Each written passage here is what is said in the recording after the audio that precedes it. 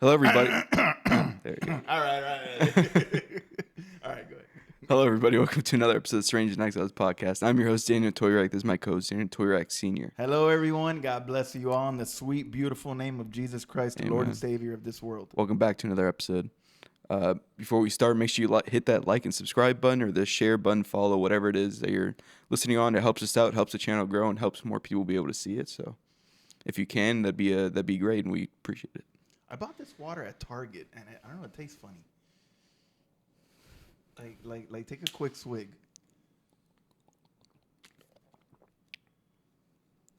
Because I always buy the water from BJ. It has so like I'm used to that Dasani kind of thing. Yeah, it's like a weird. Okay, all right.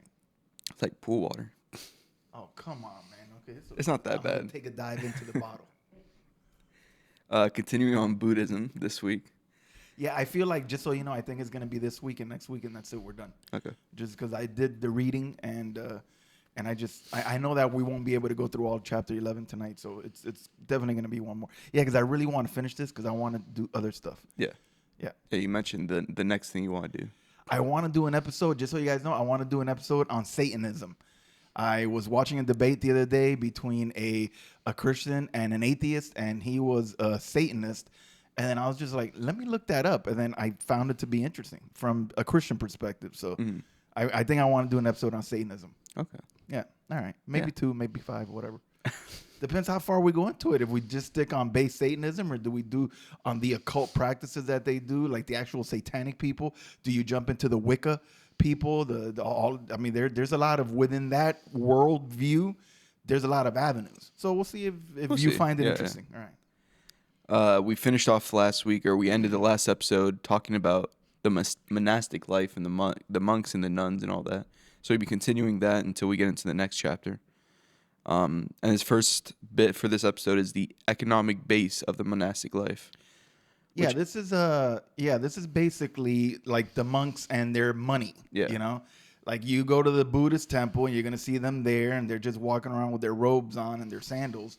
But this is actually what the makeup is. You know, as we know, Siddhartha Gautama, the original OG Buddha, he went out and lived for 6 years in a very ascetic way. He he obviously saw that having everything in the palace of his father wasn't good enough. Having nothing wasn't good enough. So he came up with a middle way, right? But within the framework, basically a formal list of a monk's personal requisites. In other words, this is what every monk in all of the world, these are the personal requisites that he has as his own. They are treated as his property. It comprises of an upper, lower, and over robe. So you have an upper robe, a lower robe, and an over robe. I guess that's like to put on top. You have a belt, a bowl, singular bowl, one bowl. So God forbid if he ever like has a bowl of cereal, but then he also wants like something else. He doesn't have the spoon either, or the fork. Well, we have to assume that some of those are just gimmies, right? I mean, if he has a bowl, do they eat with their hands, like a lot of other cultures? I guess, right? Yeah. That's another question to ask when we go to the temple, which we still haven't gotten. So he has so he has, you see, we get stuck on all these things. He has an upper, lower, and over robe. He has a belt, a bowl, a razor, because remember, he needs to shave his head all the time because they're bald, a needle, a needle. Okay, I'm assuming to fix his garb, Yeah, right? probably. Like if he has a hole in it or whatever. A water strainer. What is a water strainer? Like colander? No, that's a strainer. Or that's a colander. But what is a water strainer? I don't know. A staff. So that's like a stick. And a toothpick. One toothpick. Like, what do they do when they, like you go and buy a box of toothpicks. It brings like 100 or whatever in it. Do you just, like, give him one? Or is this on a daily basis? Is this like, does he get a toothpick per day? Or is he like me that reuses a toothpick 1,000 times? I do. My mom yells at me for that. Okay.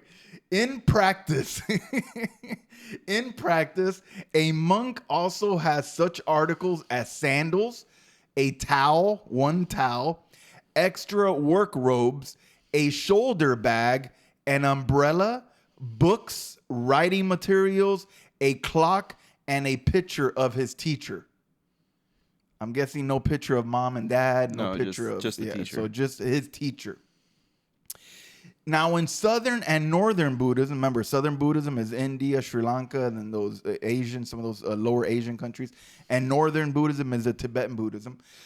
There's a tension between leaving the monks as ascetics, but then also you as a Buddhist, you go to that guy's temple, you want more karmic fruitfulness, right? How do you get your karmic fruitfulness? By donating. The problem is that sometimes those donations get too much. Too much. You know, like, I don't need the second toothpick. I'm fine with one toothpick. I don't need you to donate a box of toothpicks over here. I'm not a glutton. You know, that's the point where the Buddhist really has to separate himself from, you know, the world. And for him, the world is a box of toothpicks. He only needs one singular toothpick. He only needs one bowl. He doesn't need the 4-piece dinner set from Walmart. You just give him the one bowl.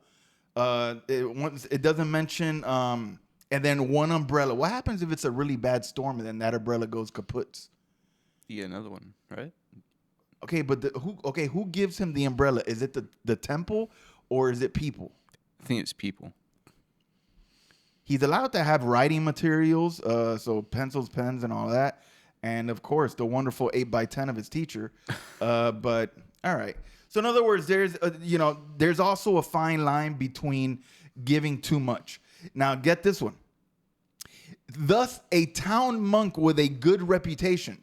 So this is the town monk that's everybody likes. He is given a refrigerator. Nice. Ooh, that's when you know you hit the big time. You know you're big timing it in Buddhism when you're a monk with a fridge. Now, wait, they're not. Are they allowed bottles of water? Like, what do they put in the fridge?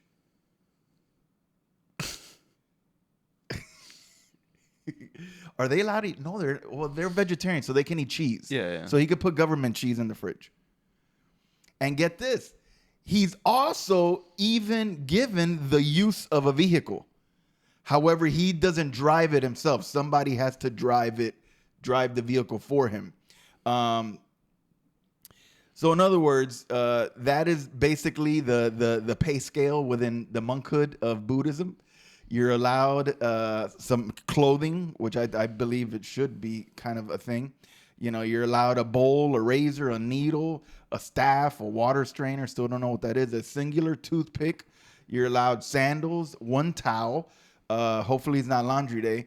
Extra work robes, a shoulder bag, an umbrella, books, writing materials. So that's the basically. In other words, I guess what we're getting to the point here is you walk around Miami and people are walking around in $2,000 designer shoes freely. They step over gum with it. It is what it is. For these guys, look at how far detached they are from everything we would imagine. I mean, look at this right here. Look how dumb this is, right? The producer has to put some. It's from Ross, $14, and it serves zero purpose. It does nothing for me. At least a razor and a toothpick will get that, not chicken. Will get the lentil out of my teeth, But this right here, so this is what the world sells you when you go to Marshall's and Ross, and then people buy it. Produce. Oh, my mom gave you that? Oh, see, because mom is basically almost like a monk, a nun, right? Yeah. I mean, she lives her life very detached, everybody has in a drawer a little Ziploc bag with ketchup packets and soy sauce. She has soy sauce from 1985. So I remember I was a 5-year-old kid. Dad brought home Chinese food. It's the same packet. It's still there. Fermented. Yeah, it's fermented now. Anyway, See, now she's gonna, after she sees you, be like, "Hey, ¿por qué estás hablando de mí? Why are you talking about me?" All right. Anyway, so yeah, so that's basically their Yeah, scale. yeah. The next aspect is study and meditation, which is now going into just what they practice and how they actually go through their studies and their meditation, which is the bulk of their actual religion when it comes to monks. Yeah, definitely. Obviously, the monk's life can be broadly divided into personal, communal, and pastoral activities. Because remember, they are open every day. People go visit them. I'm sure people have questions. The first includes observing the monastic code, meditation, and study, as well as means to spiritual development and the preservation of the Dharma for the benefit of all. In practice, monks and nuns have tended to emphasize their study or meditation. So that's obviously a big deal for them. In terms of study, the extensive scriptures have been lovingly studied by generations of monks and nuns who have produced many commentaries and treatises on them. And as you guys know, we went through this within Hinduism and Buddhism. There is so much written down. And then every single monk, he does a commentary that becomes a thing, a book, and then now it's studied and studied. So for 2,500 years, you have all of this compilation of stuff being put together. And then, the need to preserve and disseminate the teachings has spread literate culture to many lands, and ensured a generally high degree of literacy among Buddhists, and been responsible for the invention of printing and several written scripts. Buddhist monks and nuns have often been among the intellectual, cultural, and artistic elite of their societies. In Southern Buddhism, monks and novices begin with studying the Vinaya basic doctrines, Jataka tales for use in sermons, and common chants.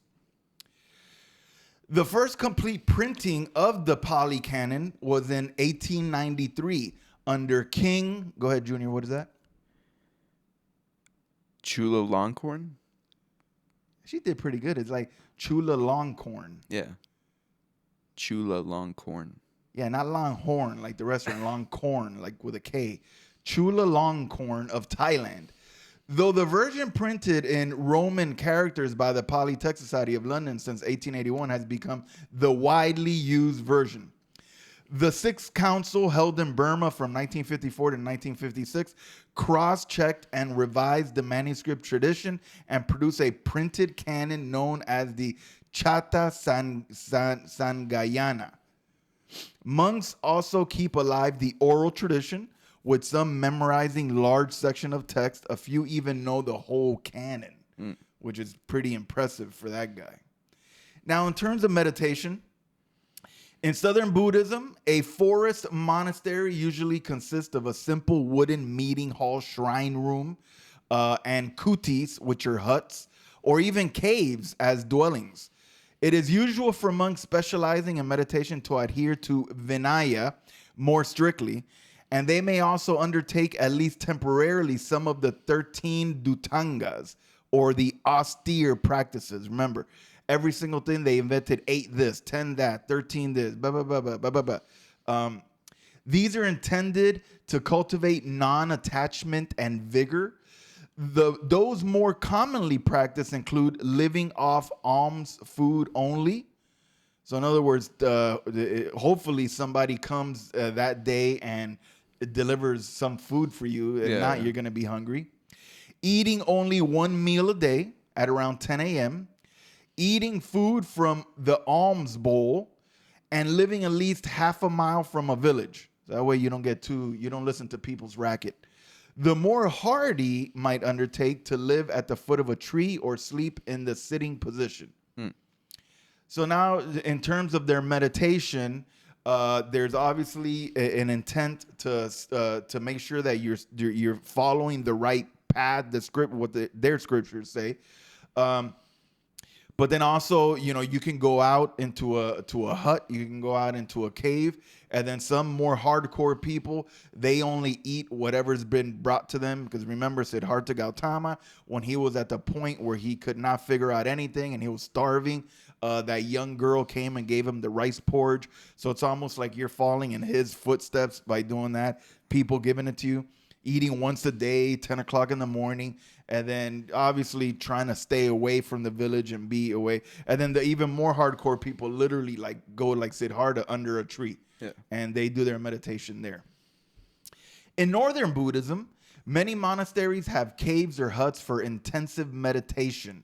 Seclusion in such locations might be for a short period, for perhaps 3 years, 3 months, and 3 days.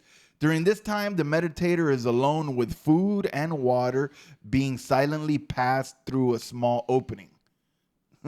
That's pretty interesting. Yeah. Can you imagine if you do that in that one school that says that you do this for 3 years, 3 months, and 3 days, and then they only hand you food through a little hole? Solitary confinement. You're basically in prison. Yeah. I mean, that's what it is. But I wonder if it's 3 years, 3 months, 3 days, 3 minutes, 3 seconds. Like, I wonder if they got that far into it. All right. By the way, is there somebody keeping that time? I guess. Like, is there an official timekeeper, the cave timekeeper? Maybe the guy has like a little window that you can actually see the days, and he has a calendar or a few calendars. No, he's not allowed to have a calendar. You want to go back to what he's allowed to have? No, but I think when they're in meditation, they're not actually like studying or anything. But like, do they meditate 24 hours a day, or is it like for an hour? Is it?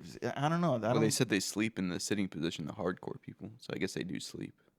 Okay, show me one person that could sleep in the sitting position for 3.5 years, 3 years. Well, I mean, in general, like there's not 24 hours a day meditation, because they would sleep at some point. Is there a specific time of the day that you relieve yourself? Like, I'm wondering if I'm in an intense meditation and then suddenly that tuna casserole that some lady gave me, it comes a knocking. Like, I just wonder if it's one of those things where, like, do you stop your meditative purposes to do that and then you just jump back in? Like, is there like a pause button on meditation where you're like, all right, I've reached a certain level, like in a video game. Like, I'm all the way up here in level whatever, and then suddenly, oh, like when we're little kids, and then see, now modern video games, they save, right? Yeah. When we're a little kid, imagine if you were playing Super Mario Brothers and you got to the last level and suddenly the power went out.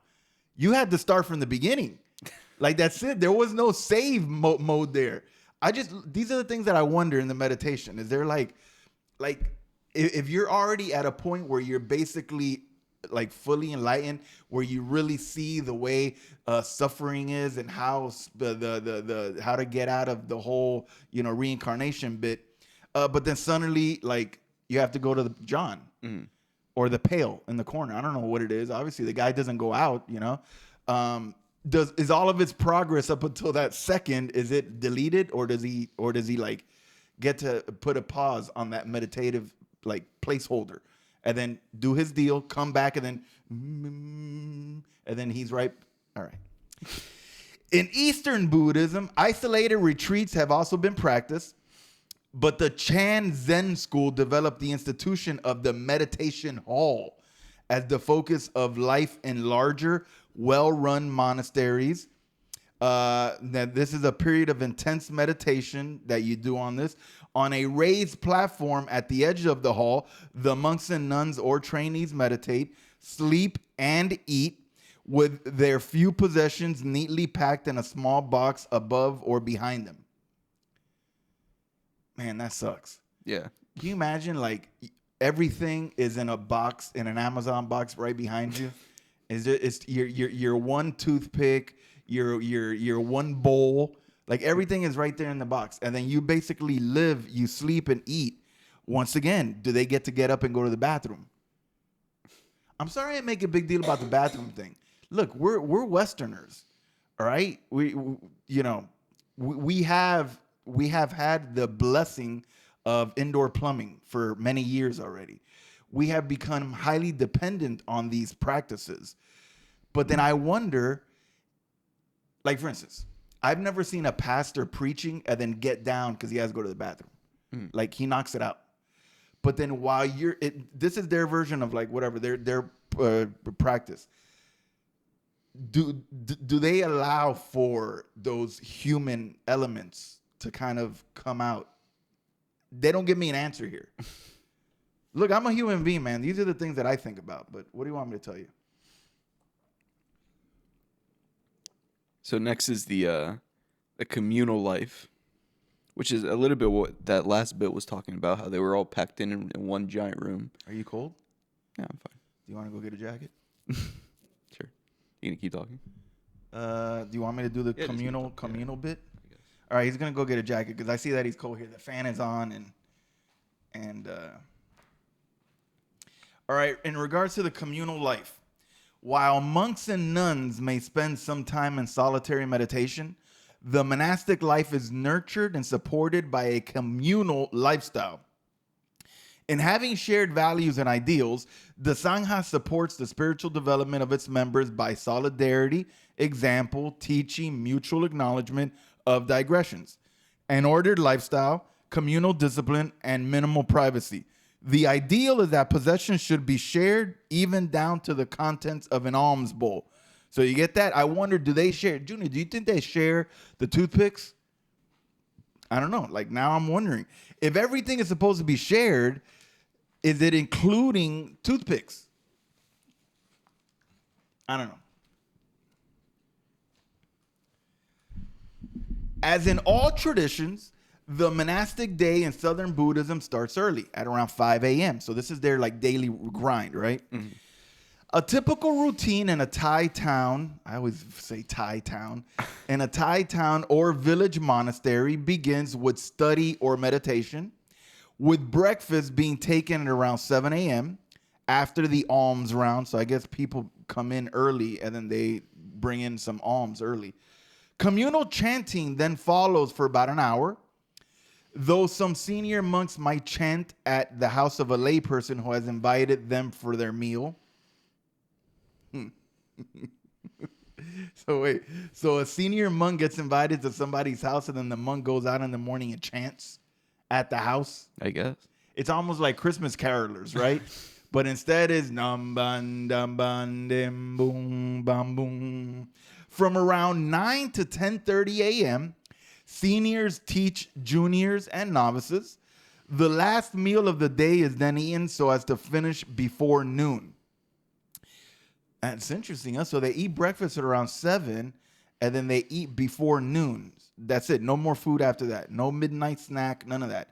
After a siesta, classes continue from 1:30 to 5 p.m.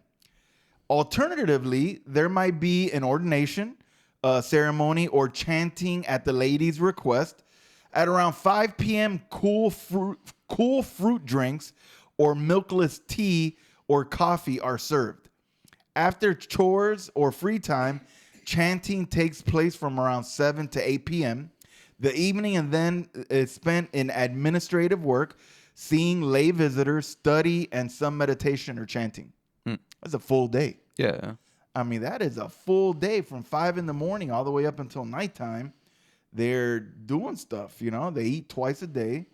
They, they teach, they chant, and then they see people. And then they, it's a full day of 7 days a week, dude. Can you imagine From like that? 5 to like 9 or 10 at night. Yeah. Next bit is the relations with the lady, how they actually to interact with normal people besides other monks. Okay.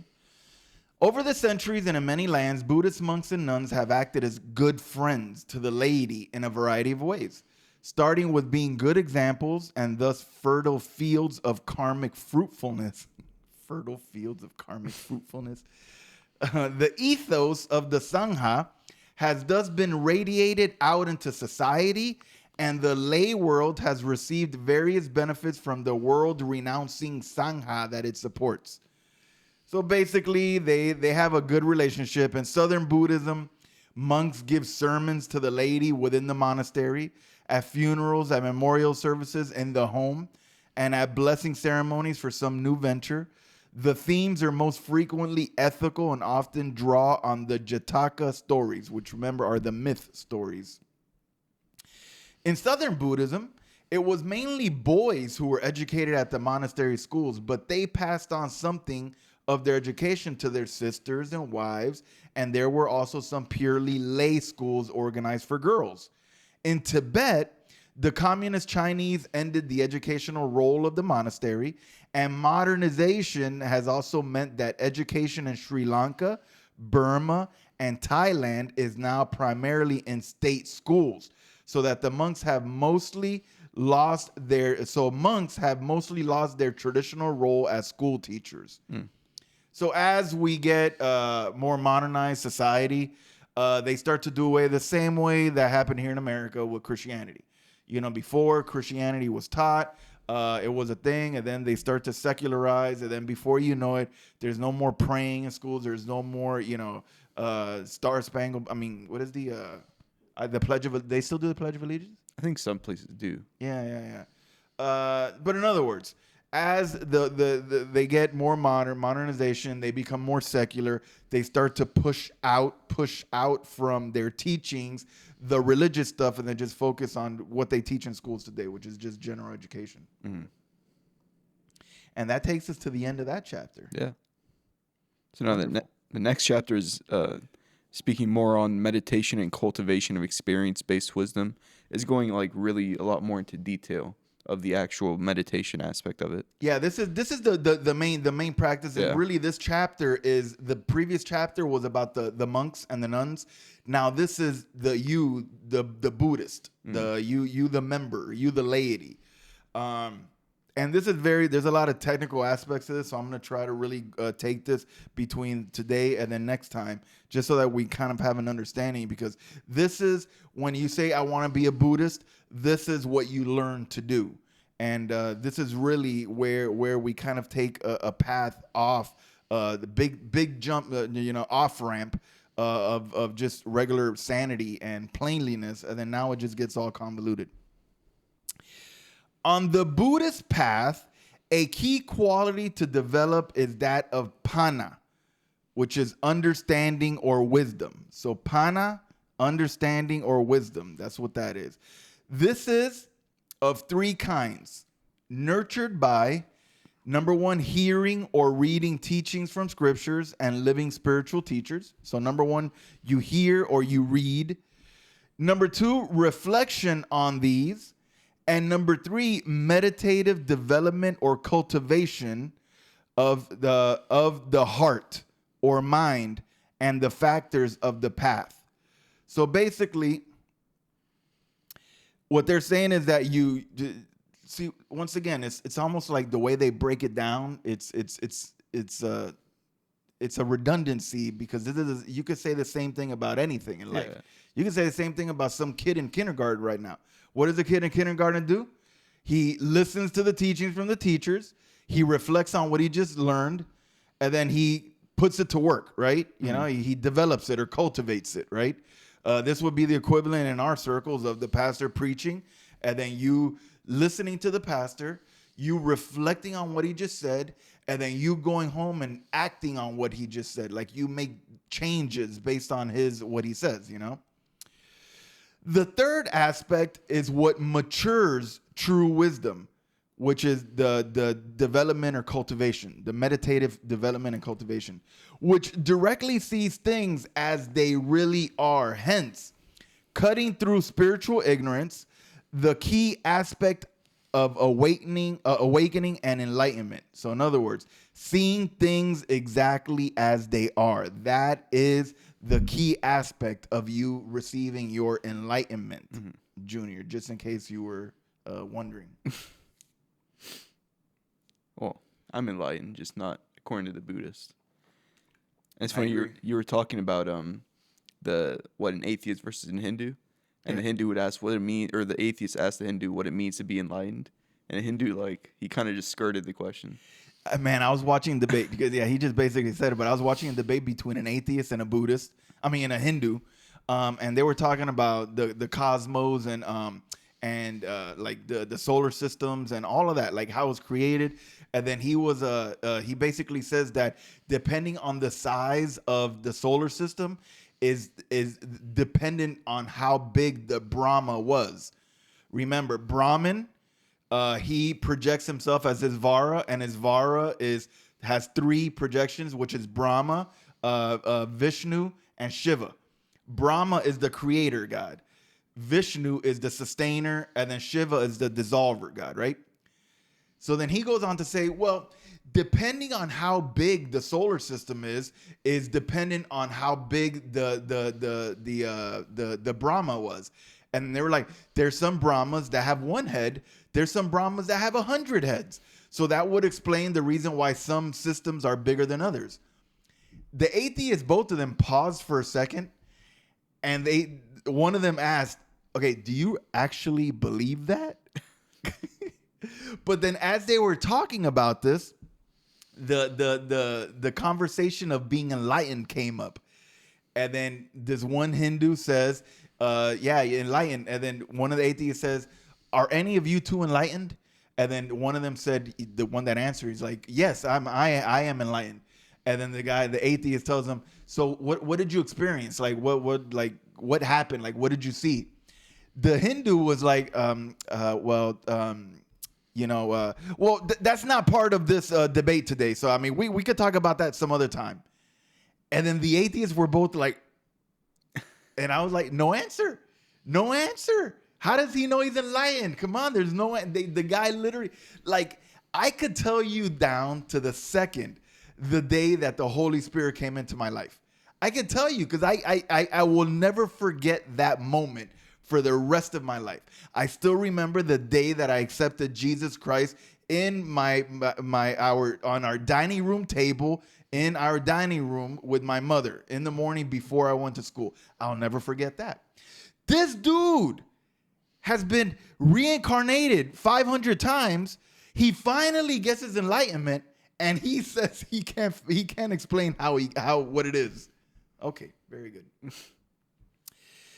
Okay, so now, did you mention this one? The approach. No, the approach to meditation. Yeah. So there's obviously every school is going to have a different approach to meditation. So I'll just give you what they say here. Most types of meditation are done under the guidance of a meditation teacher, guru, whatever you want to call him. In Southern Buddhism, such a person is an advising good friend. In Northern Buddhism has the tantric lama guru. And Eastern Buddhism, for example, has Zen Roshi. You've heard of Zen, right? Yeah. So that's what. Whenever you hear somebody say, "Oh, this room is very Zen," that's Buddhist. It's all Buddhism ideology.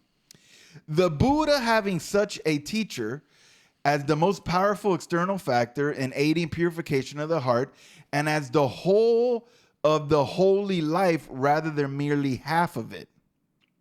Oh, I'm sorry.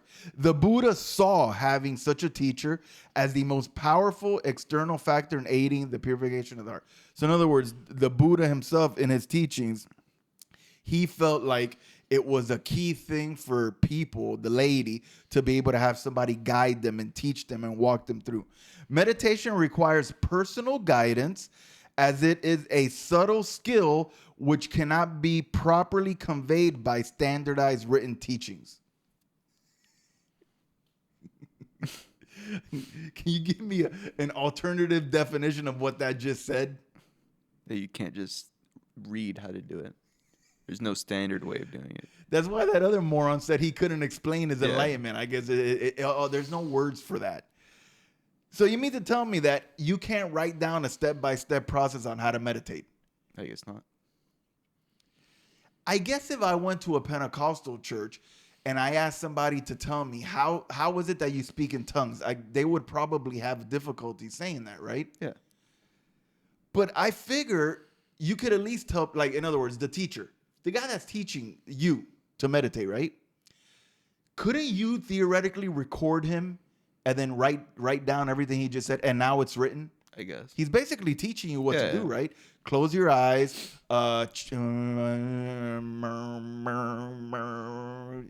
And then just think of whatever you think of. I don't know. I just don't get it. Learning meditation is a skill akin to playing a musical instrument. It is learning how to tune and play the mind. A regular, patient practice is the means to this. But once again, so if it's akin to learning to play a musical instrument, I could get a book right now that'll teach me how to learn a guitar. I mean, okay. Most meditations are done seated on a cushion with the legs crossed.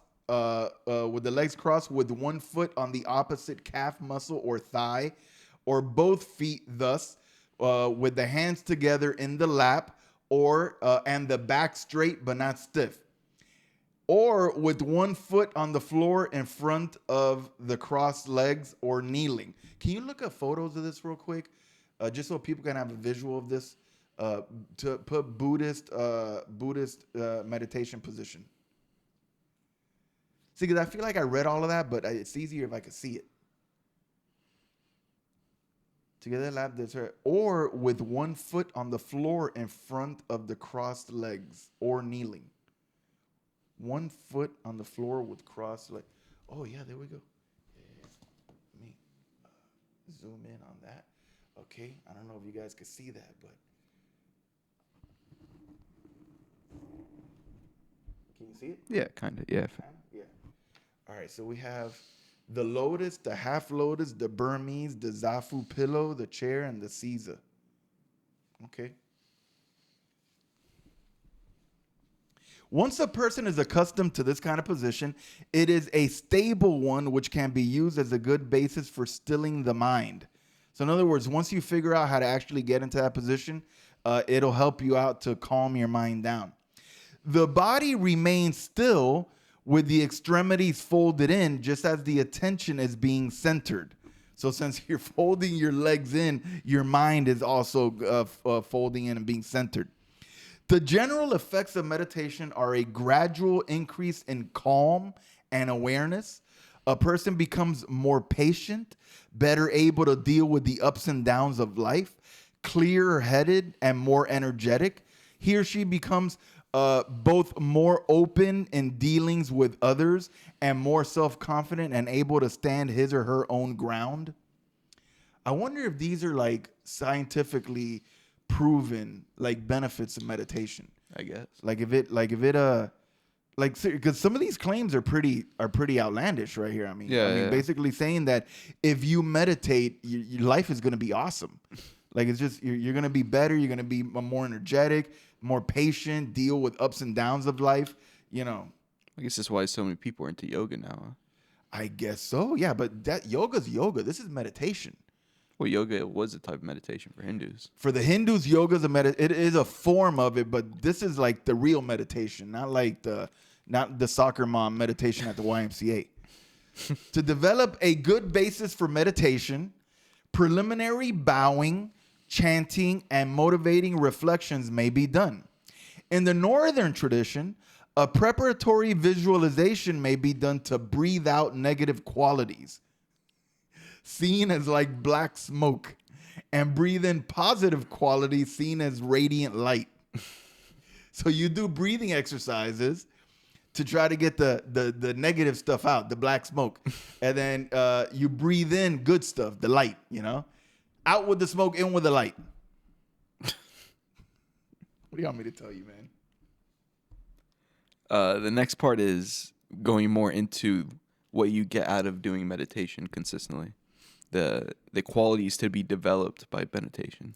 Yeah, see, now is when you get into the where I say that, like, okay, now we just got off the on-ramp. Like, look, I'm a Christian. I believe that there's a place where you go and you pray to the Lord. You meditate in his word. That's why everybody, you know, a lot of people, they have the daily devotionals. Like literally every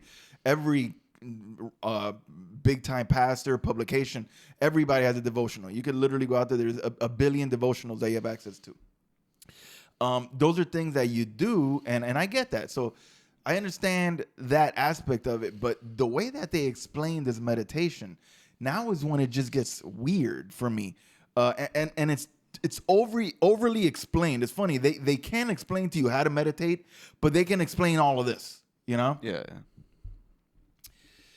All right. The qualities to be developed by meditation, these consist of 7 sets of qualities. All right. The first one, the 4 applications or establishments or presencings. I don't like that word, but or perhaps the foundations of mindfulness. The 4 are to be diligent, clearly knowing, and mindful, free from desires and discontent in regard to the world when contemplating the body, feeling tones, I don't know what that means, B, states of mind, and significant basic patterns in experience, or dharmas. Can you explain that to the people? I don't know what the last sentence is trying to say with the feeling, tones, and state of mind. But basically to be diligent, clearly knowing, free from desire, discontent in the world. I guess is just saying essentially you kind of just become disconnected from your innate human urges, I guess, right? Okay. Well, the reason I ask is I have no idea. I mean, I'll be honest with you. Once again, you see how they over-explain? Why can't they just clearly and legibly just say, okay, this is what you get out of this? You know, no, they have to and they use so many what is it? Synonyms. And it's like, you don't need to say 5 words. Just say one of the 5. Okay. The next one is the 4 right endeavors. All right. To direct desire to act. In other words, to direct desire to act, effort and energy to. So in other words, they couldn't have just said to direct a desire to act, effort and energy. See, they had to add so much. So they are avoiding the arising of unwholesomeness or unskillful states of mind, abandoning those that have arisen, arousing wholesome, skillful states, and sustaining and further developing these. So avoiding the unskillful states of minds, abandoning those states of mind that have arisen, you know, like in other words, just kind of shut them out. Arousing skillful states or good states of mind, and then sustain and further develop those. This is like psychology 101 over here, you know? But it's like you say, it's just saying a lot for something kind of obvious. Why can't they just say it the way I just said it? Yeah. It would be so much easier to read it if they just wrote it easier. So you have the first 4 the 4 applications, then you have the 4 right endeavors, then now you have the 4 bases of accomplishment. To supplement the forces of endeavor with concentration gained by desire to act, energy, vigor, courageous engagement, inclination of mind, or investigation. So in other words, once you found the right state of mind and you're sustaining and further developing it, the next thing is that you supplement that with concentration gained by energy, courageous engagement, inclination of mind, or investigation. What does that mean to you? Is that like learning or delving deeper into something? Yeah. All right. The next one is the 5 faculties. I never could say that one right. Faculty? Faculties? Yeah. See, because I feel like I say faculties. I think it's faculty. Faculties? Okay. The 5 faculties. Trustful confidence, faith, energy, mindfulness, concentration, and understanding wisdom.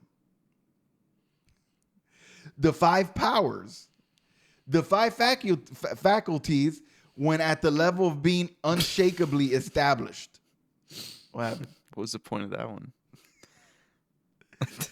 In other words, you go from accomplishment. No. Okay, let's go to that. First, you go to establishing. You establish, right? And then you go to endeavor, right? You get rid of the bad states of mind. You get to the good states of mind. And then you get to accomplishment, which that one still doesn't really make any sense to me. But let's go with it. And then you get to the 5 faculties, which is trustful confidence, faith, energy, mindfulness, concentration, and wisdom. And then now the 5 powers are the faculties when at the level of being unshakably established.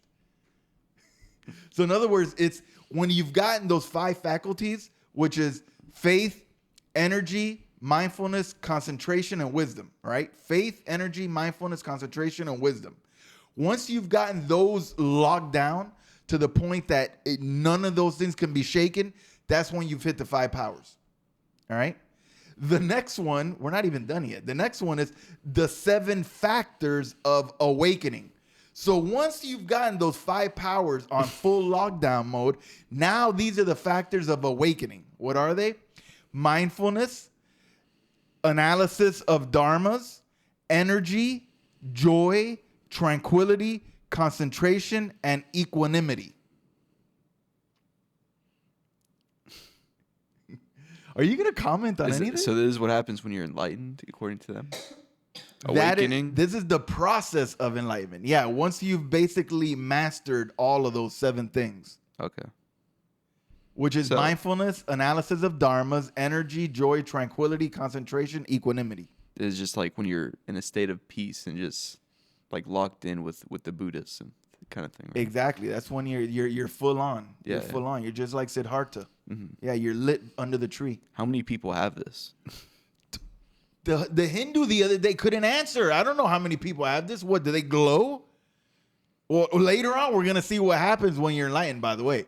No. Remember Superman? We're going to get to that. And then the last one is the Noble 8-Factored Path, which that was the first episode that we recorded. So these are the qualities that you develop by meditation, all right? You end up being able to, you get woke. You literally, at the end of this, you get woke. Oh yeah, that's what I think about this. But now it breaks it down a little bit, right? It breaks down some of these, some of them. So in regards to mindfulness, yeah, because I think now it breaks down the 7 factors of awakening, the actual mindfulness and all of that. Okay, mindfulness. What does it say about mindfulness? Simple awareness, conscious registering of the presence of objects, non-judgmental observation and recognition, such as knowing one is breathing in or being aware of the passing sensations arising when lifting an arm or changing feelings. It observes without preferences, without habitual reaction, but clearly acknowledging that what is actually there is the flow of experience, noting its nature. It has been described as a kind of bare attention which sees things as for the first time. Do you want to explain to that in regular words? I mean, in my mind, it almost said nothing, basically. Just like being aware of the simple things. Okay, look. You are meditating right now, all right? You're in it. You're full flow. You're mindfulness, right? The fact that you could smell the fart that the cow just did and not get shaken by that. You can observe the bird. You can even lift up your arm and not even focus on the arm going up, but you're thinking about the mechanisms that control the arm going up. You are in a full state of full consciousness. You're aware of everything, even the most minute thing, that fly that just fell into your rice porridge. You see it all. You're mindful. Protective awareness, which adds a presence of mind that naturally brings restraint of unskillful reactions to sense objects. Oh, what's a sense object? I don't get that. I don't know, bro. Let's go to the temple and ask. I have no idea what. Okay, let's read it again slowly. Because remember, we're not woke. Protective awareness, which adds a presence of mind that naturally brings restraint of unskillful reactions to sense objects. Is it like to literally sense objects? Is that here they put like a hyphen, whatever that is? Sense objects. I don't know. Okay, look, let's read the next one. Maybe the next one will help us understand this one. Introspective awareness, which identifies unskillful states that may nevertheless have arisen and calls to mind and thus calls into play counteractive qualities. I guess that one is like temptations. Yeah, things that you introspective. Yeah. And then the last one, deliberately forming conceptions, which recollects and notes such things as the qualities of Buddha, Dharma, and Sangha, or of loving kindness, or the ingredients of the body, its stages of decomposition, and the inevitability of death, all of which help to undermine unskillful states and cultivate skillful ones. Do you agree with that statement? I guess. So if you deliberately form conceptions, you know, that's no good, you know. Let me see. Okay. Under mindful contemplation of the body are mindfulness of what sustains it, breathing in and out, what it does, your postures, what it is composed of, various solid and liquid components, and the four elements, earth, water, fire, wind, its stages of decomposition after death. Beyond the body, mindfulness observes feeling, the pleasant, unpleasant, and neutral feeling tones that arise, whether from body or mind, or from ordinary worldly causes or spiritual ones, such as the joy that may arise in meditation. So in other words, these are beyond the body. Obviously, when you're focused, when you're mindfulness, you're focused on your own body. You can focus on what sustains it, your breathing in and out, what your body does, its posture, or you're walking, standing, running, sitting, whatever you're doing, what your body is composed of, you know, all the elements, and then the fact that you're decomposing until death, literally. Like, I don't know if they enjoy focusing on these things. Like, I wouldn't sit on the floor and think about the fact that, you know, my hair is getting grayer because I'm going to die eventually, right? But all right. But it even says it's stages of decomposition after death. So you're thinking about like what's going to happen to your body when it's in the ground. Oh, I didn't even think. Oh, okay. Oh, so now you're thinking about all the worms that are going to tear your body up. Why would you want to focus on that? Okay. All right. Independent of that. But now beyond the body, mindfulness observes the feelings that, like I said before, the pleasant, unpleasant, all your feelings.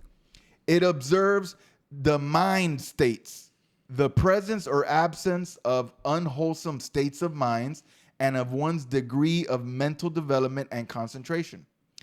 And beyond the body, mindfulness also observes reality patterns as delineated in Buddha's Dharma, the 5 hindrances to meditative calming, the 5 bundles, the sense and their object, and how between them fettering attachments can arise or be avoided, the 7 factors of awakening and how to perfect them, and the 4 true realities for spiritually ennobled. Once again, see, now they're brought in all the other teachings. It's just like I know that we still got one more episode to go, but just reading some of this stuff is so dumb. But realistically, this is what they teach you when you become a Buddhist, you know? The next part of this is what they say the 2 most succinct ways of summarizing the qualities needed for enlightenment. They call it samatha and vipassana. Yeah, it's like Samantha without the N. Yeah. And vipassana. Or what time are we at? 53. Yeah, I think we're going to end it here, only because after this, I'd like to get one full episode of that going on. So, okay. But it'll be good to be able to explain. Yeah, because this next section. All right. Okay, what are the samatha and vipassana? The most succinct way of summarizing the qualities needed for awakening or enlightenment is the samatha, which is calm, peace, and tranquility. So in other words, the best way for you to what you need, the qualities you need for your enlightenment are, you need to, number 1, you need the Samantha without the N, calm, peace, and tranquility. And the other one is vipassana. Vipassana is insight. So you need both of these things. You need calm, peace, and tranquility. And you also need insight to be able to have your enlightenment. It is said that both samatha and vipassana are aspects of liberating knowledge. If samatha is cultivated, The heart mind is developed, which leads to the abandonment of attachment and lust. If vipassana, which is insight, is cultivated, wisdom is developed, which leads to abandonment of spiritual ignorance. Here one sees that the spiritual path involves work on both affective and cognitive aspects of the mind, attachment rooted emotional reactions for and against things, and how one sees and understands these things. So the more calm, peace, and tranquility that you cultivate in your life, that'll help you out. And then you back that up with insight, knowledge, learning, wisdom. Once you put those two together, that's it. You got everything you need in order to reach your enlightenment. So in other words, bro, when they say peace and love, what is that? What was that stupid T-shirt that got popular a while ago? Keep calm and be happy, was it? Oh yeah, keep calm. It was like a meme. Keep calm and basically do anything. Yeah. Where do you think that came from? Right here, Samantha, Yeah. without the N. Just saying. All right, look, we can't see how religions influence our culture and society unless we know what those religions teach. When we learn that this religion teaches all of this stuff, then you see what culture and society shows you or teaches you. You start to put two and two together. And you start to say, you know what? The society is subliminally adopting Buddhist type teachings, not practice, teachings, without even knowing it. And then you start to see it everywhere. So, look, if I was walking around the streets of Tehran, Iran, right now, well, I wouldn't. But if I was, I would not expect to see a keep calm and peace and love, peace and love. They are very much Islamic. Yeah. But then if you go to Tibet, it's all like, all love and peace and happiness. So once again, this is what they teach. This is what they practice. The last podcast on Buddhism, it'll go deeper into the whole meditation, deeper into the states of meditation. And hopefully by the end of next podcast, either you or I will be enlightened. I don't know. It's just this kind of what you were saying before. This podcast in particular, it kind of led into that whole over explaining things almost to the point where it's like it's super hard to understand. Yeah. Even though it's realistically simple. Yeah, it's just words. It's just the way they put them together, And it's almost in a way that like we kind of agree with this, but just take out like the meditation part and put in praying, put in reading the Bible, put in believe in Jesus Christ. 100%. I agree. A lot of it translates. Yeah. But at the end of the day, we have a different form of practice. Of course, we serve the true God, not a man that sat under a tree and his head started floating and he glowed. And then suddenly he's like this guy, that knows everything. And then now 2,500 years later, you got 600 million of these people loving this guy. So, like I said in every single podcast, if you want to worship a human being, worship the human being that is God, that became a human so that he can come and redeem the world and save your soul. The King is coming soon. The Lord Jesus Christ, we believe, will arrive, Lord, and he will defeat all of his enemies, and he will institute the millennial kingdom. And I really, really hope that one day someone listens to this and they come to know Jesus Christ and they come to be able to give their life to Christ and they could become saved. Because all of these religions, every one of these religions we talked about, and we'll keep talking about religions. I don't have a problem talking about religions. I don't think we're going to do full in-depth studies because these are the biggest religions out there. But any religion that threatens to deceive people, which every single religion besides Christianity is a deception from the devil, all they're doing is that they are falling on the snare of the devil. The devil throws snares out there and people trip over them. And I'm sorry, you 600 million people, you all have fallen through the deceit of the devil to create a different path, one that has translatable ideology to Christianity, but it's just completely false. The fact that you don't believe in a creator God already shows me that you have a low view of God and a low view of creation. And as such, you need to be saved. So give your life to Christ, and God bless you all greatly and richly. Amen. I don't know if you want to say anything. Well, I think just to add on, it seems like most of these religions, and mostly with the Buddhist and Hinduism more so than the Islam, it's almost like a way of this world sucks, realistically. Like, just there's a lot of suffering, and it's something that most people can't answer, especially not Christians. Yeah. So you want something to kind of cope with it and be able to have meaning in your life, and that's what atheists will say about Christianity a lot. Mm-hmm. So then this seems like one of those ways, like, oh, you can become enlightened and you won't have any of this suffering, and you'll just be joyful and peaceful and calm. But realistically, it doesn't lead you anywhere. Yeah, but what hope do you have in that if you have to reincarnate 1,000 times? Yeah, exactly. Like at the end of the day, that person that's suffering from depression that wants to jump out the window, you tell them, hey, look, don't jump out the window. Keep dealing with life, because then guess what? You're gonna be reborn and you're gonna go through it again. Oh, are you serious? Now the person jumps out the window. But then Jesus in Matthew 6:33 tells us to seek the kingdom of God, and all these things will be added unto you. So exactly, that's kind of the way you have to look at it. You have to seek the kingdom of God, and as I said before, the Bible is very clear that it is due to every man to die once. Guess what? All of you 1.6 billion people out there, you Hindus and Buddhists, you only die once.